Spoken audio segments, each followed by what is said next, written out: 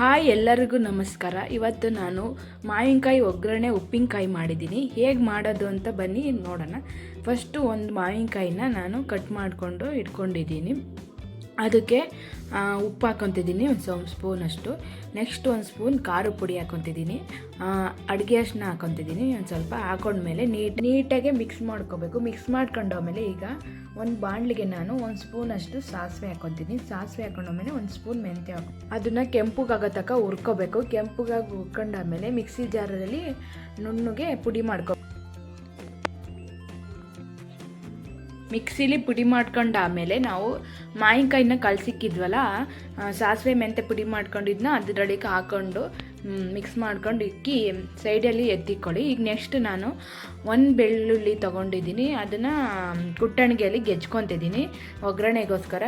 ಈಗ ಗೆಜ್ಕೊಂಡಾಮೇಲೆ ಈಗ ಬಾಂಡಿಗೆ ಒಗ್ಗರಣೆಗೆ ಫಸ್ಟ್ ಎಣ್ಣೆ ಹಾಕ್ಕೊತಿದ್ದೀನಿ. ಎಣ್ಣೆ ಹಾಕ್ಕೊಂಡ್ಮೇಲೆ ಸಾಸಿವೆ ಹಾಕ್ಕೋಬೇಕು. ಸಾಸಿವೆ ಹಾಕೊಂಡ್ಮೇಲೆ ನಾನೀಗ ಹಿಂಗೆ ಹಾಕ್ಕೊತಿದ್ದೀನಿ ಫ್ಲೇವರಿಗೋಸ್ಕರ. ಹಿಂಗೆ ಹಾಕೊಂಡ್ಮೇಲೆ ಬೆಳ್ಳುಳ್ಳಿ ಗೆಜ್ಜಿಟ್ಕೊಂಡಿದ್ವಲ್ಲ, ಬೆಳ್ಳುಳ್ಳಿ ಮತ್ತು ಕರಿಬೇವು ಹಾಕ್ಕೋಬೇಕು.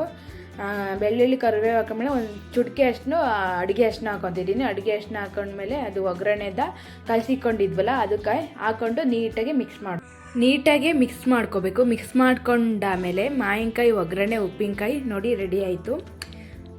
ಫ್ಲೇವರು ಮಾತ್ರ ಚೆನ್ನಾಗಿ ಬಂದಿತ್ತು ಮಾವಿನಕಾಯಿ ಉಪ್ಪಿನಕಾಯಿದು. ನಿಮಗೆ ಈ ವಿಡಿಯೋ ಇಷ್ಟವಾದರೆ ನಮ್ಮ ಯೂಟ್ಯೂಬ್ ಚಾನಲ್ನ ಲೈಕ್ ಮಾಡಿ, ಸಬ್ಸ್ಕ್ರೈಬ್ ಮಾಡಿ, ಹಾಗೆ ಕಮೆಂಟ್ ಮಾಡಿ.